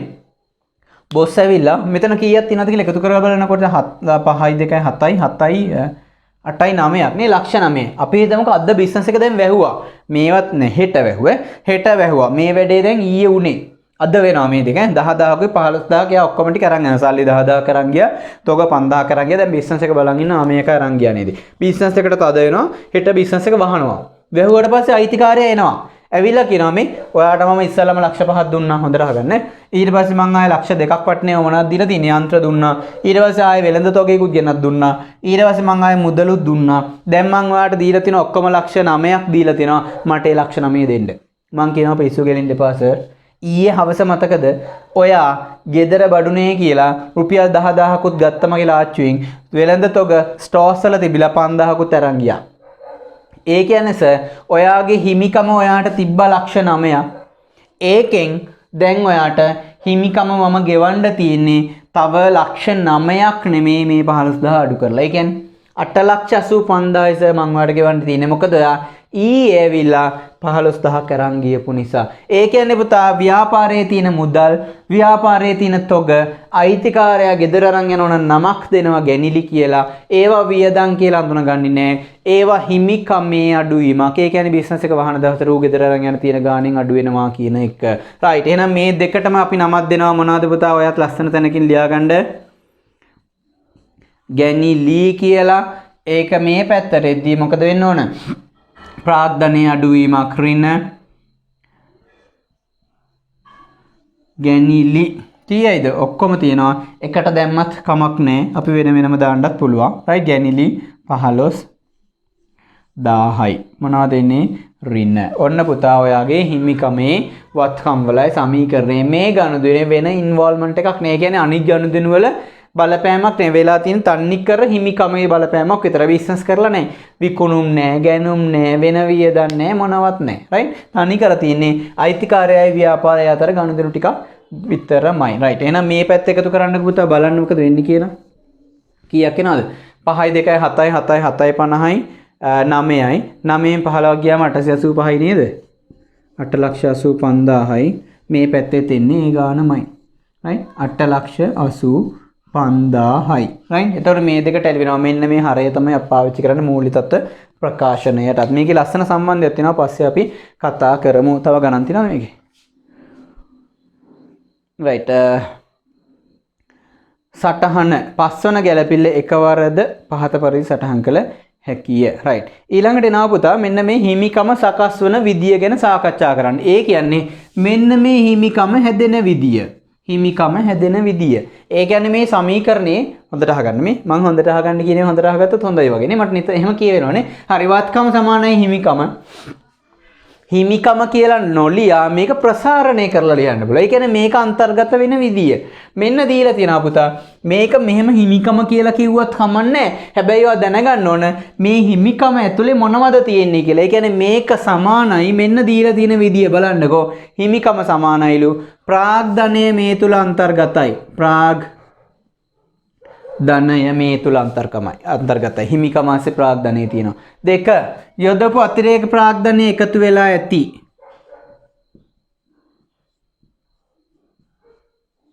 යොදපු අතිරේක ප්‍රාග්ධනය එකතු වෙලා ඇති. අඩු වෙලා ඇති මේ අඩු වෙලා ඇති මොනවද? හිමිකමෙන් මොනවද අඩු වෙලා ඇත්තේ? ඍණ ගැනිලි ටික අඩු වුණා මේ. ඍණ ගැනිලි ටික අඩු වුණා. අපි කතා කරපු තව නැති කෑල්ලක් තියෙනවා මොනවද? පුතා අන්තිමට ලාභය කවුද ඉල්ලන්නේ? මේ මං අර දාපු ප්‍රාග්ධනය පාවිච්චි කළා ලාභය පෙවනේ. ඒ ටික මට දියා. බිස්නස් එක වහනවා නම් ඒ ටික දියා කියනවා. ඒ කියන්නේ ලාභෙත් අන්තිමට කාටද අයිති? අයිතිකාරයට අයිති, හිමිකරුට අයිති. එහෙම ලියන එකක ඇතින්දා හිමිකම කියලා ලියනවා. එහෙනම් අන්තිමට ලාභයත් එන්න ඕන. ලාභය සමන්විත වෙන්නේ මෙහෙමනේ. ධන ආදායම ඍණ වියදම. රයිට්. මේ තමා පුතා ඔයාගේ හිමිකම ප්‍රසාරණය කරලා ලිව්වට පස්සේ එන විදිය. ඕනනම් ඕක මෙහෙම ලියන්නත් පුළුවන්. ප්‍රාග්ධනය නේද? ඍණ ගැනිලි ඒත් එක්කම ධන මේ දෙකේ එකතුව මේ දෙකේ වෙනස මොකක්ද? ආදායමෙන් වියදමක් අඩු කරාට පස්සේ එනවා ලාභයක්. ඒතර මෙහෙම ලිව්වත් ප්‍රශ්නයක් නැහැ. ලාභය. හරිනේ. මෙතනට ලාභය එන්නත් පුළුවන්. මේ විදියට තමයි මොකද්ද සමන්විත වෙන්නේ? ඔයාගේ හිමිකම සමන්විත වෙන්නේ. ඒ කියන්නේ පුතා මේ සමීකරණය මෙහෙම ලියන්න පුළුවන්. වත්කම් සමානයි හිමිකම කියලා කියන්නේ නැතුව වත්කම් සමානයි ප්‍රාග්ධනය ධන අතිරේක ප්‍රාග්ධනය ඍණ ගැනිලි ධන ආදායම ඍණ වියදම. නැත්තම් මෙහෙම කියන්න පුළුවන් වත්කම් සමානයි ප්‍රාග්ධනය ඍණ ගැනිලි අතිරේක ප්‍රාග්ධනය කොහොසන් ඒකත් ප්‍රාග්ධනය කියලාම හිතුවා. රයිට්. ප්‍රාග්ධනය ඍණ ගැනිලි ධන ලාභය. ලාභයක් කොහෙන්ද ආවේ? මේ දෙකෙන් මේකෙන් මේක අඩු කරාට පස්සේ ලාභෙන්නේ ඒක ගන්නත් පුළුවන්. ඔය කොහොම ලිව්වත් ප්‍රශ්නයක් නැහැ. පැහැදිලිද? නැත්තම් ඉතින් මෙහෙම ලියන්න පුළුවන් මේ ප්‍රාග්ධනය ගැනිලිත් ඉතින් ප්‍රාග්ධනයෙන් අඩු වෙනවා ගැනිලිත් අයින් කරලා දැම්මා ධන ලාභය. accounts කියන්නේ ඉතා ප්‍රායෝගික විෂයක්. ඔයා තමයි තීරණය කරන්නේ. මේකම තමයි ලාභය මෙතනට ආවා. දැන් ටික ටික අඩු වෙලා ගිහලා හැබැයි ඔයා දන්නවා මේක මේ කොයි විදියට කිව්වොත් මේ මොකද්ද? හිමිකම. හිමිකම කියන්නේ මොකද්ද? ව්‍යාපාරයේ තියෙන වත්කම් වලින් අයිතිකාරයා ගෙදර අරන් යන්න සුදුසුකම් ලබන ප්‍රමාණය නේ. දැනට තියෙන වත්කම් 8,85,000ක්. මේ 8,85,000ම අයිතිකාරයා ගෙදර ගෙනියන්න සුදුසුකම් ලබලා ඉන්නේ. ඇයි වෙන මොනවත් නැති හින්දා. ව්‍යාපාරයේ දැන් වැහුවොත් ව්‍යාපාරයේ වත්කම් තියනවාට ලක්ෂ 85000 මේ ටික ඔක්කොම කවුද අරන් යන්නේ? අයිතිකාරය අරන් යනවා පුත. නේද? ඒක තමයි මේකේ අදහස. හරි නේද? හිමිකම සමන්විත වෙනවා මෙන්න මේ ආකාර වලින් ඕන විදිහකට ප්‍රශ්නයක් නැහැ. හිමිකම නැතුව මේක දුන්නත් හරි. හිමිකම නැතුව මේක දුන්නත් හරි. හිමිකම නැතුව මේක දුන්නත් හරි. නේද? හරි. එහෙනම් පුතා තව තියෙනවා උදාහරණයක්. උදාහරණ ව්‍යාපාරයක 2019 3.31 දිනට ප්‍රාග්ධනයේ ලක්ෂ 5ක් වූ අතර වර්ෂය තුල යෙදූ අතිරේක ප්‍රාග්ධනයේ ලක්ෂ 2කි. රයිට්? ඒ කියන්නේ ව්‍යාපාරයක 2019 3.31ට දිනට ප්‍රාග්ධනයේ ලක්ෂ 5ක් වූ අතර ඔය පුතා 3.31 වගේ තියෙනවා නම් 3.31 12.31 වගේ තියෙනවා නම් බොහෝ විට වර්ෂයක් අග වෙන්න ඇති. ඒක නිකන් තේරුම් ගන්න ලේසි වෙන මං කිව්වේ. හරි. කීයක් තියනවද ප්‍රාග්ධනය? නේද? හරි. ප්‍රාග්ධනය ලක්ෂ 2යි. ලක්ෂ කීයද කිව්වේ? ලක්ෂ 5යි. ප්‍රාග්ධනයේ තියෙනවා ලක්ෂ 5ක්. මොකද්ද මේ අහන්නේ කියලා බලමු. ඌ අතර වර්ෂය තුල යෙදූ අතිරේක ප්‍රාග්ධනය එකතු කළා අතිරේක ප්‍රාග්ධනය කීයද? වර්ෂයක් අවසානයේ ප්‍රාග්ධනය තිබිලා තිනවා ලක්ෂ 5. දිනය මොකද්ද? 2019 3.31 මෙන්න දිනේ. ප්‍රාග්ධනය ලක්ෂ 5යි. අතිරේක ප්‍රාග්ධනය වර්ෂය තුල යොදලා තිනවා කීයක්ලුද? ලක්ෂ 2ක්. මෙන්න 2යි. ලක්ෂ 2යි. ආය මොනවද කියන්නේ? තවද වර්ෂය තුල ගැනිලි වලට මොකද වෙන්නේ? අඩු වෙනවා ගැනිලි ටිකනේ. ගැනිලි කීයද? ලක්ෂයයි.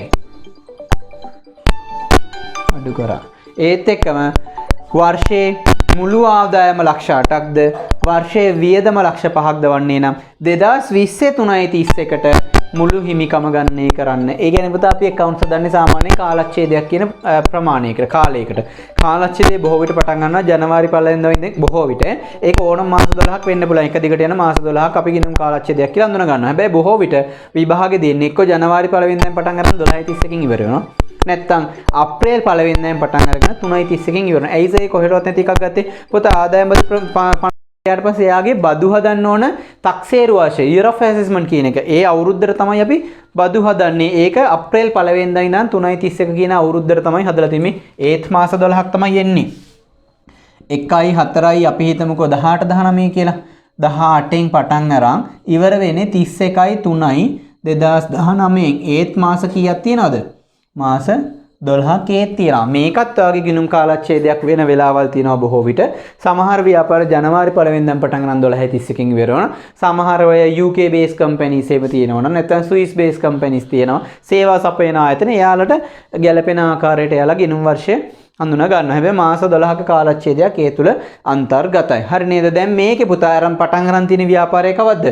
2019 3.31 කියන්නේ ගිය අවුරුද්දේ අන්තිම දවසේ. ඒ කියන්නේ මේ අවුරුද්ද පටන් ගන්න ඇත්තේ කවද්ද? 2019 4.1. එහෙනම් පටන් ගන්න ඇත්තේ මේ 2019 4.1 පටන් අරගෙන කවද්ද ඉවර වෙලා තියෙන්නේ? 2020 3.31 ඉවර වෙච්ච මාස 12. එහෙනම් ගිණුම් කාලච්ඡේදය හරි. එහෙනම් මේ ආරම්භක ප්‍රාග්ධනයනේ. මේ තියෙන්නේ ආරම්භක ප්‍රාග්ධනය. ලක්ෂ 5ක්. මේ අවුරුද්ද පටන් ගද්දි ප්‍රාග්ධනයේ ලක්ෂ 5ක් තිබිලා වර්ෂය තුල අතිරේකව ප්‍රාග්ධනයේ ලක්ෂ 2ක් දාලා ඒකෙන් ගැනිලි ලක්ෂයක් අඩු වෙලා නේද? ඊට පස්සේ මොකද වෙලා තියෙන්නේ?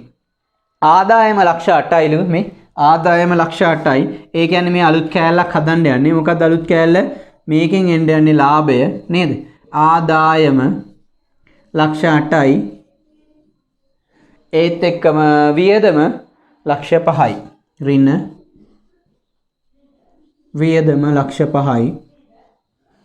අඩු කරා එතකොට එනවා ලක්ෂ 3ක් කියලා. ලාභයක් ඉන්නේ නේ.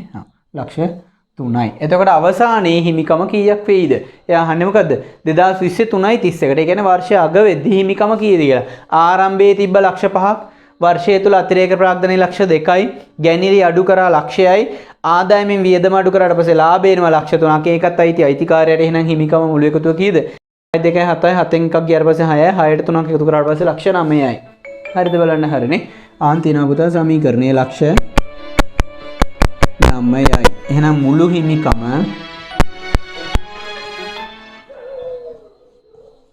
සමානයි ලක්ෂ 9ක්. හරි නේද?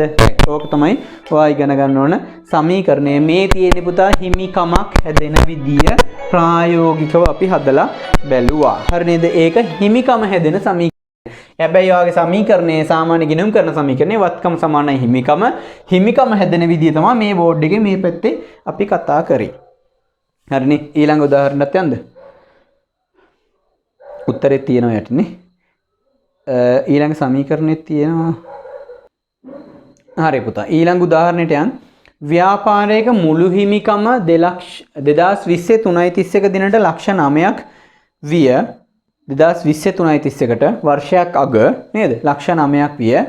පසුගිය වර්ෂයේ අවසානයේ ප්‍රාග්ධනය ලක්ෂ 2ක් වූ අතර එය මෙම වර්ෂයේ අවසානයේ ලක්ෂ 4ක් විය. ඒ කියන්නේ පුතා පටන් ගද්දි ප්‍රාග්ධනය ආරම්භක ප්‍රාග්ධනය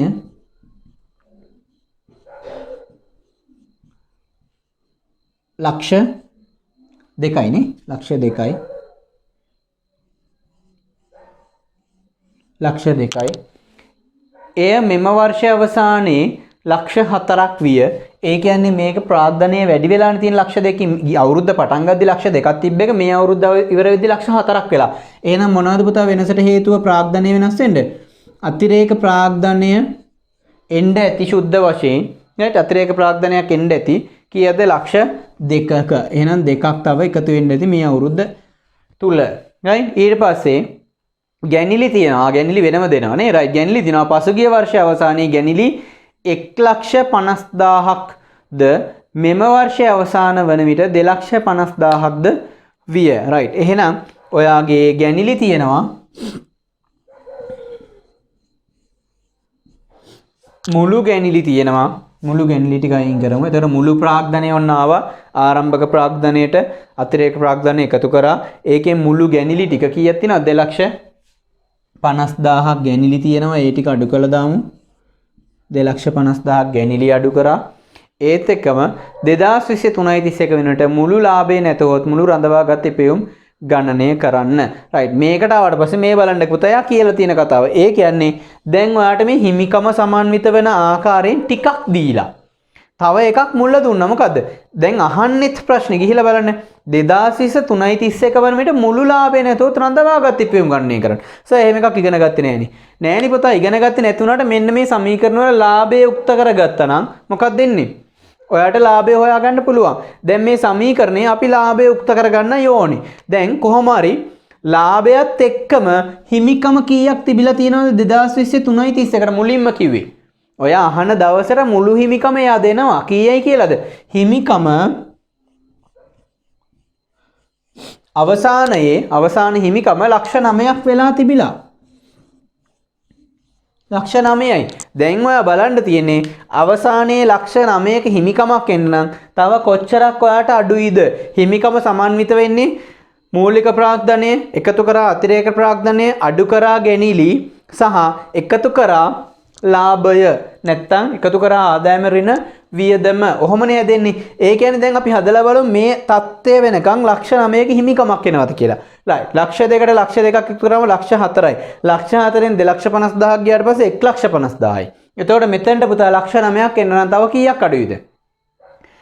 1,50,000යි 7,50,000ක් අඩුයි. මේ මෙතෙන්ට එන්න ඕන තව 7,50,000ක්. එහෙනම් අනිවාර්යයෙන් මේ 7,50,000 මොනව වෙන්න ඕනද? එකම හේතුව ඉතුරු උනේ. අපි ප්‍රාග්ධනය අරන් තියෙන්නේ. අතිරේක ප්‍රාග්ධනය අරන් තියෙන්නේ. ගැනිලි අරන් තියෙන්නේ. එහෙනම් තව මේක වෙනස් වෙනවා නම් හිමිකම තවත් ලක්ෂ 9ක් දක්වා උඩට යනවා නම් තව එක හේතුව ඉතුරුනේ. මොකද්ද? ලාභය. එහෙනම් ලාභය නිසා වෙන්න ඕනි 7,50,000ක් මෙතනට ඉන්නේ. ඔන්න පුතා ගිණුම් කරන්නේ මේකම තමයි ඔය උත්තරේ දීලා තියෙන්නේ. මොකද්ද කරලා තින්නේ යා? ලාභය උක්ත කරලා අරගෙන රඳවාගත් ඉපයුම් කියන්නේ පුතා මේක හොඳට අහගන්න. ඕකේ තියෙන රඳවාගත් ඉපයුම් කියලානේ. රඳවාගත් ඉපයුම් කියන්නේ ව්‍යාපාරය ආරම්භ කරපු දවසේ ඉඳන් දිගට ලාභ උපයන්නේ නැති, අලාභ විඳින්නේ නැති, ලාභ උපයන්නේ නැති, අලාභ විඳින්නේ නැති ඔහොම කරගෙන ඇවිල්ලා දැන් තියෙන මුළු ලාභය ඒ කියන්නේ පහුගිය කාල පරිච්ඡේදවල ලාභ අලාභ අඩු වෙලා වැඩි වෙලා අඩු වෙලා වැඩි වෙලා අඩු වෙලා වැඩි වෙලා එකතු වෙලා දැන් ඔයා ගාව තියෙන මුළු ලාභ වල එකතුවට තමයි රඳවාගත් ඉපයුම කියන්නේ. දැන් මේ ලාභයේ මුළුද නැද්ද? මුළු ලාභය මේ තියෙන්නේ නේ ව්‍යාපාරය තුළ සමන්විත වෙන මුළු ලාභය. හිමිකම ලක්ෂ 9යි. ඒ කියන්නේ අයිතිකාරයට අයිති දැන් ව්‍යාපාරයේ දැන් බැහුවොත් එහෙම ලක්ෂ 9ක් යට ගෙදර ගෙනියන්න පුළුවන්ලු. ඒකෙන් ප්‍රාග්ධනයේ ලෙස ආදාපු ලක්ෂ 4කුත් තියෙනවා. ගැනිලි අරන් ගිහිල්ලා තියෙනවා දැනටම. එතකොට තව ඉතුරු වෙන්නේ ප්‍රාග්ධනයේ ලෙස කීයක් ගෙනියන්නද? 1,50,000ක් ගෙනියන්න විතරයි. හැබැයි යා කියනවා මුළු වශයෙන් ගෙනියන්න පුළුවන් ගන්න ලක්ෂ 9යි නම් තව මොනවද මේ තුල ඇත්තේ? මෙතෙක් ඉපයූ ලාභය සියල්ලමත් මෙතන තියෙනවා තව කීයක්ද? 7,50,000 කියන රඳවාගත් ඉපයුම කියන්නේ මෙතෙක් ඉපයූ ලාභවල එකතුව. රයිට්? ඒකම තමයි මේ සමීකරණයේ තියෙන්නේ. රඳවාගත් ඉපයුම කියන්නේ මුළු ලාභ අඩු එකතු කරලා අන්තිමට යාට ගෙදර ගෙනියන්න ඉතුරු වෙලා තියෙන ලාභය. ඒකට ඉතින් වර්ෂයේ ලාභයත් එක්කම තමයි හරි. කොහොම හරි වර්ෂය ඉවර වෙනකොට මෙතෙක් ඉපයූ මුළු ලාභය 7,50,000කුත් එයාට ගෙදර ගෙනියන්න පුළුවන් වෙනවා. මේක නිකන් බලමු මොකද්ද කියන්නේ කියලා. එයා අතිරේක ප්‍රාග්ධනයේ ආරම්භක ප්‍රාග්ධනය කියන්නේ ගිය කාලෙක ව්‍යාපාරය පටන් ගත්ත දවසේ ලක්ෂ 2ක් දාලා තිබිලා. මේ අවුරුද්ද ඇස්සේ තව ලක්ෂ 2ක් දාලා. ඒතර ඔක්කොම එයාට ගෙදර ගෙනියන්න තියෙනවා ලක්ෂ 4ක්. හැබැයි එයා ඒ අවුරුද්දෙම 2,50,000 ගෙදර අරන් ගිහිල්ලා ඉවරයි යනිලි. එතකොට තව ගෙනියන්න තිබ්බ 1,50,000යි. හැබැයි කියනවා නෑ එයාට 1,50,000 නෙවෙයි ලක්ෂ 9ක්ම ගෙනියන්න පුළුවන්. එහෙනම් මොකක්ද එකම හේතුව? ලාභය තමයි. එහෙනම් මුළු ලාභය නැත්තම් රඳවාගත් ඉපයුම් 7,50,000ක් ඒකේ වෙනස. හරි නේද පුතා? ඊළඟ අපිට තියෙන්නේ හිමිකම හැදෙන විදිය නේ. හිමිකම හැදෙන විදිය අපි ඒක කතා කරා. වත්කම් සමානයි ප්‍රාග්ධනයේ ධන අතිරේක ප්‍රාග්ධනයේ ඍණ ගැනිලි ධන ආදායම ඍණ වියදම. හරි නේද? රයිට්. උඩත් ඒ සමීකරණයම තමයි අපි ගාව තිබුණේ. රයිට්. යන්න පුතා පළවෙනි එකට උත්තරෙත් සමහර දුවල පුතාලගේ උත්තර ඇති පොතේම. රයිට්. සමහර අයගේ පොත්වල උත්තර නැතුව ඇති මුල කාලේ ගත්ත පොත්වල. කොහොම හරි මම මේ කියන ප්‍රශ්නේ හරියට අහගන්න. ඒ කියන්නේ සමහරට වගේ ගත්ත පොතේ මීට වඩා වෙනස් එකක් තියෙනවා මේ විදිහට හදාගන්න. රයිට්. පළවෙනි එක කලින් ගණනුත් එහෙමයි රයිට්. ඉස්සෙල්ලා අපි කතා කරපේවත් අඩුපාඩු තියෙනවා හදාගන්න. හොඳට ප්‍රශ්න කියවලා. පළවෙනි එක අයිතිකරු ප්‍රාග්ධනයේ යෙදීම මුදලින් 1,500යි. මුදල්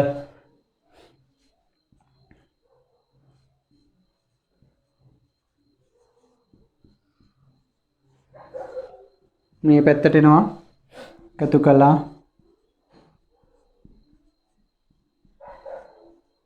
1,500යි. right? හරි. ඊළඟ එක අයිතිකරු අතිරේක ප්‍රාග්ධනයේ යෙදීම මුදලින් ලක්ෂ 2යි.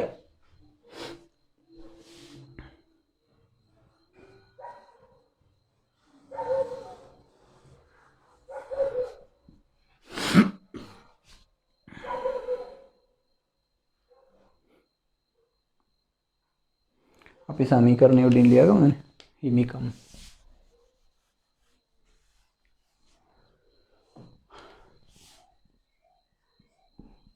ප්‍රාග්ධනය ධන අතිරේක ප්‍රාග්ධනය ඍණ ගැනිලි ධන ලාභය. උත්තරේ තියෙන ලාභය නෙමෙයි වෙන්නේ ආලාභය කියලා නේ. හරි. හරි. නෑ මම හිතුවා ආදායම ඍණ වියදම කියලා දාලා ඇති කියලා. එතකොට ලේසි අපිට වැඩේ. රයිට්. එතකොට ලියන්න දෙයක් නෑ. කෙලිම ප්‍රාග්ධනය මෙතනට එනවා 1,500යි. දෙවැනි එකේ ධන අතිරේක ප්‍රාග්ධනය 200යි. right තුන්වෙනි එක අත්පිට ගැනුම් ලක්ෂ 2යි. අත්පිට ගන්නකොට මොකද වෙන්නේ පුතා? අත්පිට ගන්නකොට මොකද වෙන්නේ? අත්පිට ගන්නකොට වෙන්නේ නෑ මම මේක මෙහෙම හදලා තියෙන එහෙම දෙකට නමලා ගෙනියන්න පුළුවන් විදියට. මොනවාද ඔය කොහෙද දුරක ගියත් ඒතර ප්‍රශ්නේ නෑ නේ අනතර ක්ලාස් එක කරන්න පුළුවන් නේ. රයිට්. ඒක නිසා හදාගත්තා. මෙතනට මොකද්ද ලොක් එකක් දාන්න ඕන. එතකොට මේක නැත්තම් නැමෙනවා. නේද? රයිට්. රයිට්. ඊළඟ එක අත්පිට ගැනුම් කරාට පස්සේ පුතා අපිට එන්නේ අත්පිට ගැනුම් නම් මුදල් යනවද නැද? එහෙනම් ඍණ මුදල් අඩු වෙනවා. කීයකද අත්පිට ගැනුම් කරලා තියෙන්නේ? ලක්ෂ 3යි. එහෙනම් ලක්ෂ 3ක් ඔන්න මුදල් අඩු වුණා. ඒත් එක්කම මේ හිමිකමට වෙනසක් වෙනවද පුතා? නෑ හිමිකමට වෙනසක් වෙන්නේ නැහැ. අයිතිකාරයට මුකුත් වෙනසක් වෙන්නේ නැහැ. මෙන්න බලාගන්න මොකද වෙලා තියෙන්නේ කියලා. මේ 1 මේ 2 මේ 3 මුදල් අඩු වෙලා හිමිකමේ වෙනසක් වෙන්නේ ධන වෙළඳ තොග 300. එතකොට ධන ඍණ කැපෙනවනේ. ඕනේ පුතා ධන ඍණ කැපෙනවා. එතකොට හිමිකමට කිසි බලපෑමක් නැහැ. මුදල් විදියට තිබ්බ වත්කම ගිහිල්ලා වෙන වත්කමක් එනවා. තොගේ ඇතුළට එනවා. එතකොට ධන ඍණයක් කැපුණාට පස්සේ බිඳුවයි. එතකොට මේ පැත්තේ බිඳුවයි මුකුත් නැති හින්දා. හරිනේ. එතකොට තුන්වෙනි ගැළපිල්ල හරි. 4 අත්පිට විකුණුම් ලක්ෂ 6ක් වූ අතර ඒ සඳහා දැරූ අමුද්‍රව්‍ය පිරිවැය නැත්තම් විකුණුම් පිරිවැය ලක්ෂ 3යි. ඔන්න පුතා හයිලයිට් කරගන්න මේක තමයි සමීකරණයක ලස්සනම කෑල්ල. ආසම කෑල්ල. බලන්න මේ මෙහෙම ලියාගත්තත් කමන්නේ රතු පාට පෑනක් ගන්නකො පුතා. ලියා ගන්න උතනින් මෙම ගනුදෙනුවට අදාළව ඌ සටහන් කරන ආකාරය මෙම ගනුදෙනුවට අදාළව ඌ සටහන් කරන ආකාරය ණයට විකුණුම් වලටද අදාළ වේ. ණයට විකුණුම් වලටද අදාළ වේ. රයිට් බලමු.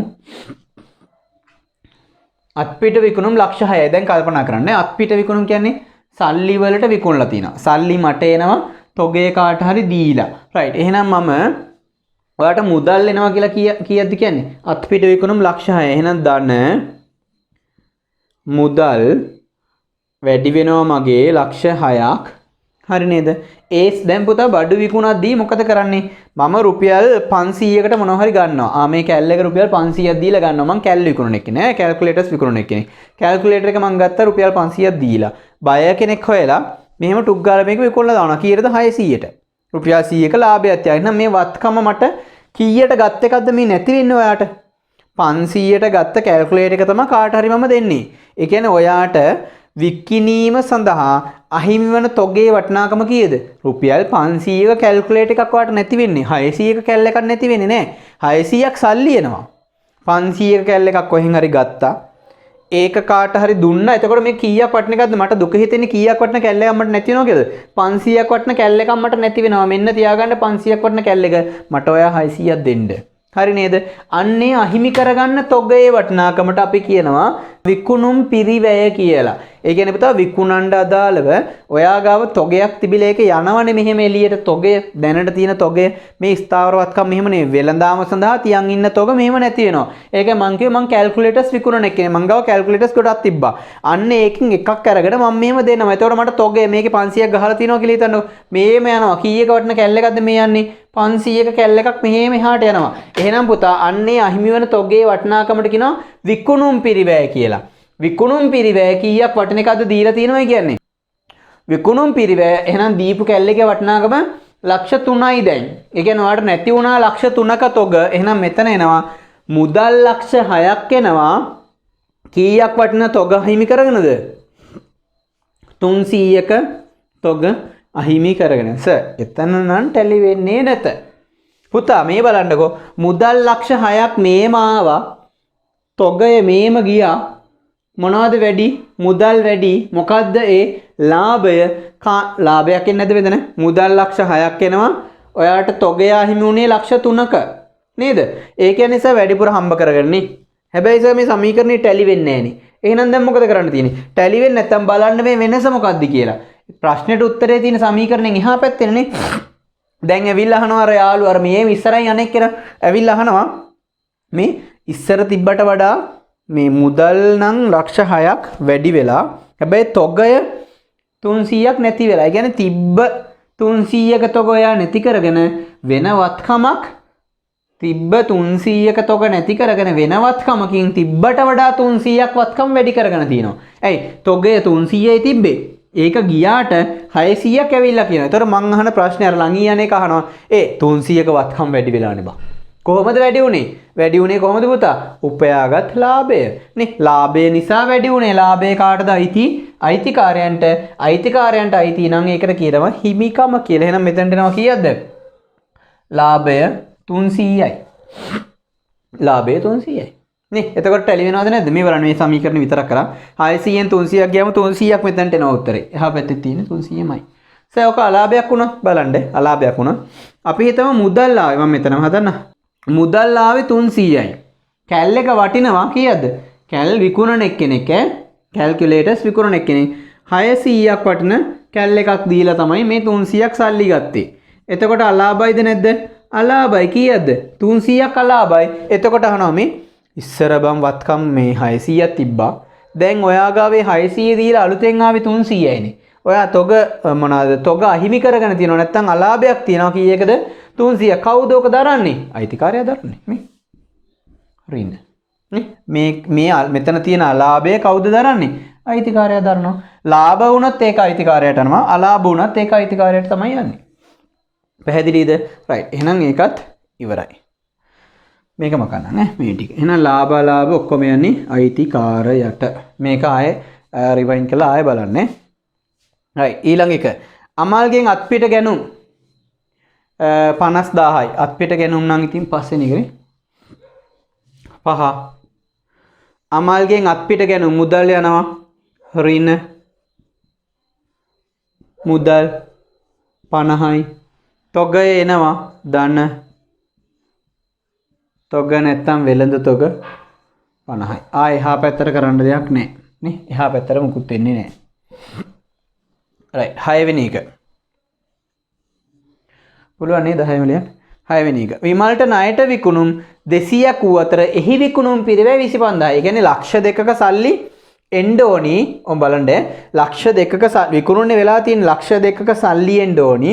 හැබැයි ආ හිමි කරගෙන තියෙන තොගේ කොච්චරක් වන්නේ මාර වැඩෙක් නේ. ලක්ෂ 2ක සල්ලි එන්නේ කීයක බඩු දීලාද? 25000ක.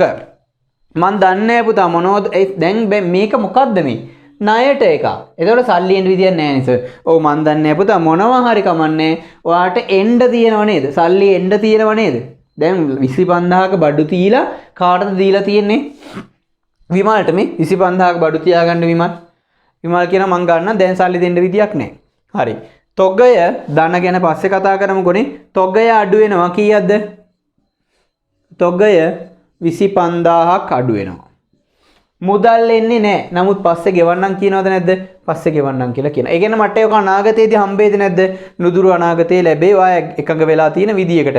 අන්න ඒවට කියනවා පුතා මුදල් වෙනුවට දැන් ණයට විකුණපු නිසා ණය ගැතියෝ. එයාගේ නම විමල්.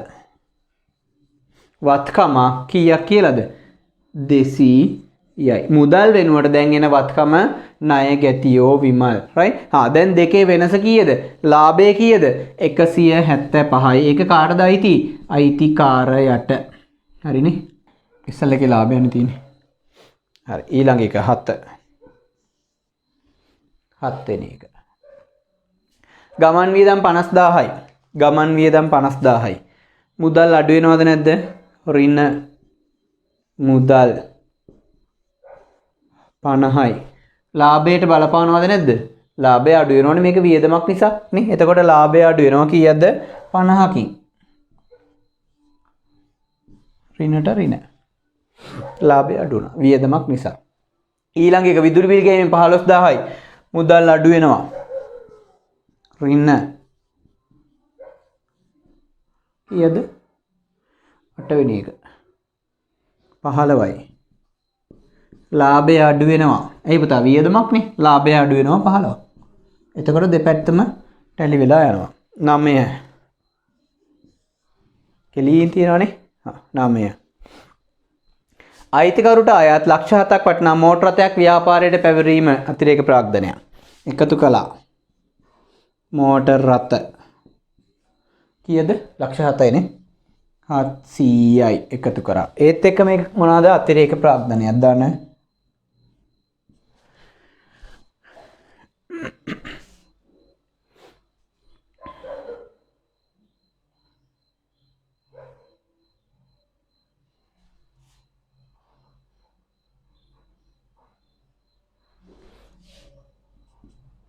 දන්න අතිරේක ප්‍රාග්ධනය 700. කෙලින්ද කියලා බැලුවේ.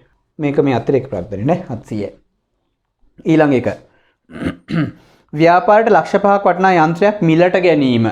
යන්ත්‍ර එනවා නේද? යන්ත්‍රයක් එනවා සල්ලි යනවා. 10. එකතු කළා යන්ත්‍ර කීයද? ලක්ෂ 5ක්. එහෙනම් 500ක් එනවා. අඩු වෙනවා මුදල්. කීයද? 500යි. මේ පැත්තට බලපෑමක් නැහැ.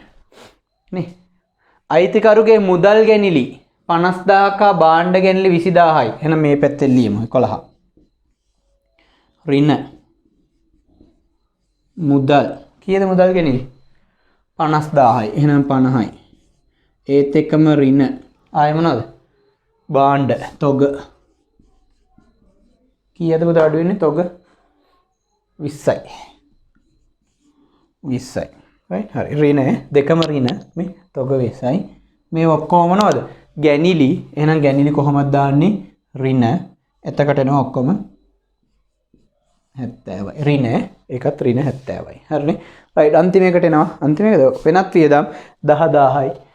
වෙනත් වියදම් 12ක් අඩු කරා මුදල් 10යි ඍණ. ඒත් එක්ක මේක වියදමක්. එහෙනම් ලාභයෙන් අඩු වෙනවා 10ක්. හරිනේ. දැන් ඔයා පොඩි වැඩක් කරන්න. මොකද මේක උත්තරෙත් තියෙනවද දන්නේ නැහැ. උත්තරේ නෑ. රයිට් ඔයා මෙහෙම කරන්න. මෙන්න මේ ටික ඔක්කොම ධන ඍණ ධන ඍණ ධන ඍණ ධන ඍණ කියලා එකතුව මෙතනට ගන්න. ඊට පස්සේ ප්‍රාග්ධන එකයි නේ ඉලක්කම් තියෙන එකයි. ඒක එකතුව ගන්න.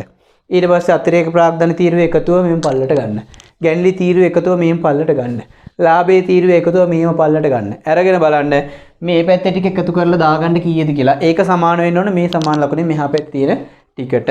හරි නේද? රයිට්. එහෙනම් හරි පුතා අපි ඊළඟ වීඩියෝ එකකින් කතා කරමු ඊළඟ සමීකරණය ගැන. හරි නේද? මොනවාද? හරි අපි දැන් පන්ති එහෙම පටන් ගන්න අවසර දීලා තියෙන හින්දා මම ඉන්නේ නුවරනේ. නුවර කිව්වට පේරාදෙනේ. පේරාදෙනේ කිව්වට එතන ඉඳන් ටිකක් දුර යන්න ඕනේ. එතකොට මධ්‍යම පළාතෙත් නිවන තත්ත්වයක තමයි ඉන්නේ. හැබැයි ඉතින් මට ළඟ නුවරනේ. එතකොට අපි මේ ගෲප් ක්ලාස් එකක් පොඩ්ඩක් පටන් ගන්න පොඩි ප්ලෑන් කරගෙන යනවා මාර්තු මුල ඉඳන්. හරි. එතකොට ළඟපාත ඉන්න දුවල පුතාලාට එන්න පුළුවන්. සම්බන්ධ වෙනවා නම් මට චුට්ටි මැසේජ් එකක් දාන්න. මෙහෙම එනවාය කියලා. ඉස්සලා වීඩියෝස් බලන්න. මුල් වීඩියෝස් බලලා සෙට් වෙයි වගේ නම් චුට්ටක් ජොයින් වෙන්න. ඒ සාමාර්ථයකට ෂුවර් එකටම කන්ෆර්ම් කරලා උදව් කරන්න පුළුවන්. හැබැයි වැඩ කරන කට්ටියට අර බලයෙන් එක්කන් යන්න අමාරුයිනේ නේ. එතකොට ආසාවක් තියෙන. එහෙම කට්ටිය එන්න ෂුවර් එකටම ඒකට වැඩ කරලා ඉවර කරනවා.